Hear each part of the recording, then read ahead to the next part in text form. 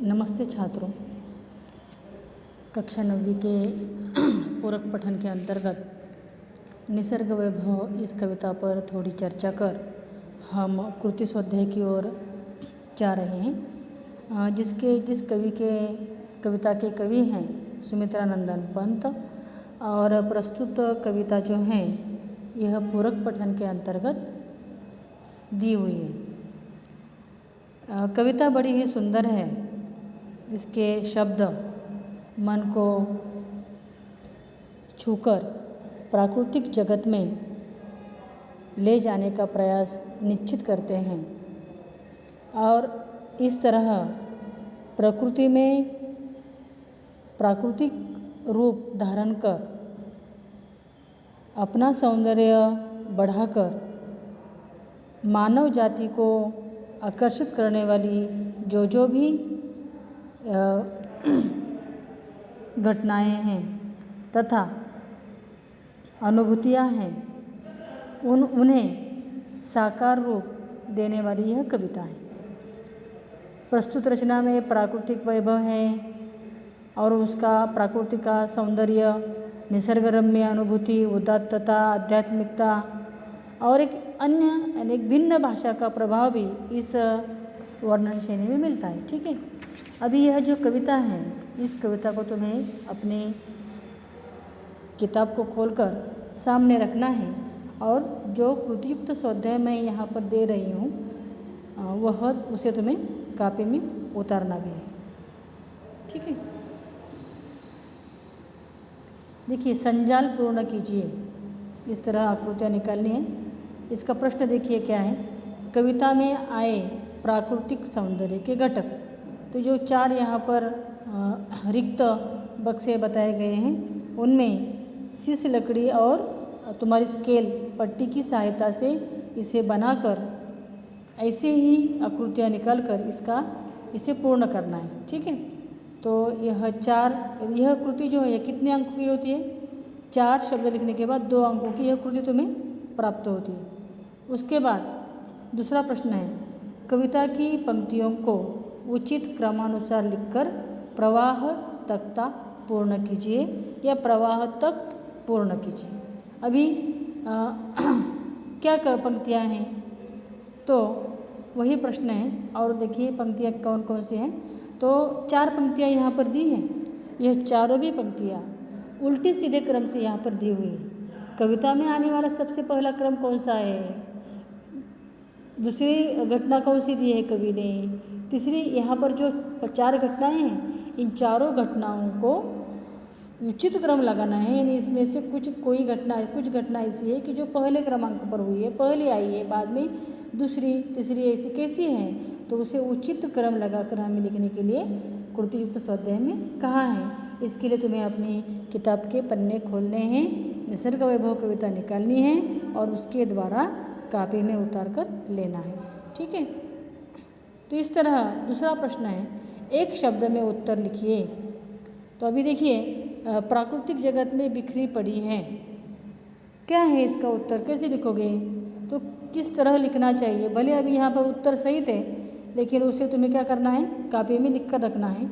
एक शब्द में उत्तर लिखिए, प्राकृतिक जगत में बिखरी पड़ी है सुंदरता, यहाँ कोयल रुक रुक कर गाती है पल्लव छाया। इस तरह यह कॉपी में तुम्हें लिखना है। एक शब्द में उत्तर लिखिए, वही प्रश्न है। तीसरा, इनकी ज्वालाएं आंखें शीतल करती हैं। तो किसकी ज्वालाएं? तो फूलों की ज्वालाएं, फूलों की ज्वालाएं आंखें शीतल करती हैं। यानी हर एक ज्वाला क्या करती है? हमें उष्णता देती है, अंगारे निर्माण करती हैं जिससे हमें डर लगता है। लेकिन फूलों के लाल भड़क या डार्क लाल रंग देखकर हमें हमारे मन में खुशियाँ होती है। तो इसीलिए उसे कवि ने कहा है कि यह क्या है? आँखों को शीतल करने वाली ज्वालाएँ। उसके बाद एक कविता द्वारा प्राप्त संदेश लिखिए। कविता में हमें यह संदेश मिलता है कि, तो क्या संदेश है? इसे इस तरह हमें लिखना है। कम से कम यह प्रश्न भी 2 अंकों के लिए आता है। 2 अंकों के लिए कितनी पंक्तियाँ तुम्हें लिखनी है? कम से कम 10 पंक्तियों को लिखने का प्रयास करना है, यानी तुम 8 पंक्तियों तक लिख सकोगे। ठीक है, आगे है उषाकालीन सौंदर्य विषय पर अपने विचार लिखिए। अभी उषाकालीन सौंदर्य यानी क्या, सभी लोग प्रभात समय में उठते होंगे सूरज उगने के पहले, तो उस सूरज उगने के पहले की जो लालिमा होती है उसका वर्णन तुम्हें करना है। फिर इसके लिए तुम्हें सचमुच ही उठकर प्रभात समय में बाहर निकलना है। जिस ओर से सूरज उगता है उस ओर निरीक्षण करना है। पशु पंछियों की कलरव को सुनना है और उसका बोध ज्ञान लेकर शब्दों में इसे बींधना है। ठीक है, आगे हैं पर्वतों में प्राकृतिक सुषमा विषय पर अपने विचार लिखिए। अभी पर्वतों में प्राकृतिक सुषमा यानी प्राकृतिक सौंदर्य, निसर्ग, सुषमा का अर्थ है निसर्ग, प्राकृतिक सौंदर्य जो है इस पर तुम्हें अपने विचार लिखने हैं। पर्वत की ओर देखकर या पर्वत की कल्पना तुम्हारे मन में आने के बाद क्या लगता है तुम्हें इस विषय पर, किस तरह पर्वत बने होंगे, किस कारण से बने। यह भूगोल की बातें देखी हुई है, लेकिन इसे निर्माण कैसे किया है, इसके लाभ मनुष्य के लिए क्या है, मनुष्य के लिए ही नहीं तो उस इलाके में, जैसे कि सह्याद्री पर्वत है महाराष्ट्र की यह शान है, तो वह किस तरह इसके गुणगान गाते हैं, क्या इसके लाभ है महाराष्ट्र के लिए। इस तरह भिन्न भिन्न पर्वतों को हमें विचार कर यहाँ पर जानकारी लिखनी है। आगे जो है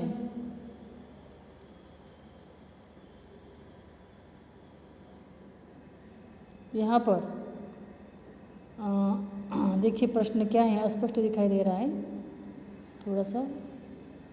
आगे तो निम्नलिखित मुहावरे तथा कहावतों में से उपयुक्त शब्द काटकर उपयुक्त शब्द ही केवल तुम्हें रखना है और वाक्यों को पूर्ण करना है। यह भाषा बिंदु के अंतर्गत आता है। जैसे कि तुम्हें भी आया है, देखिए कौन सा है पन्ना नंबर यहाँ पर तुम्हारा तुम्हारे किताब का पन्ना नंबर 63 में भाषा बिंदु के अंतर्गत जो है निम्नलिखित मुहावरे कहावतों में से उपयुक्त शब्द काटकर लिखिए। हाँ, तो यह कैसे हैं, जैसे कि टोपी पहनना, टोपी पहनाना, शब्द काटा है पहनना पहनाना, कमर बंद करना, यह नहीं है कई शब्द प्रयोग कहावतों का। तो बोलती बंद करना हम हिंदी में इसका उपयोग करते हैं। गेहूँ गीला होना नहीं होता है तो आटा गीला होना होता है। नाक की किरकिरी होना तो नाक की किरकिरी नहीं होती बल्कि आँख की किरकिरी होती है, या मज़ा की भी किरकिरी होती है। ठीक है,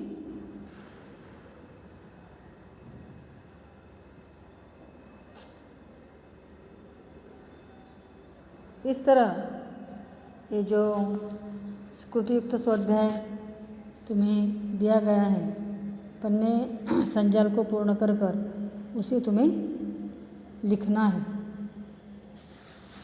ठीक है।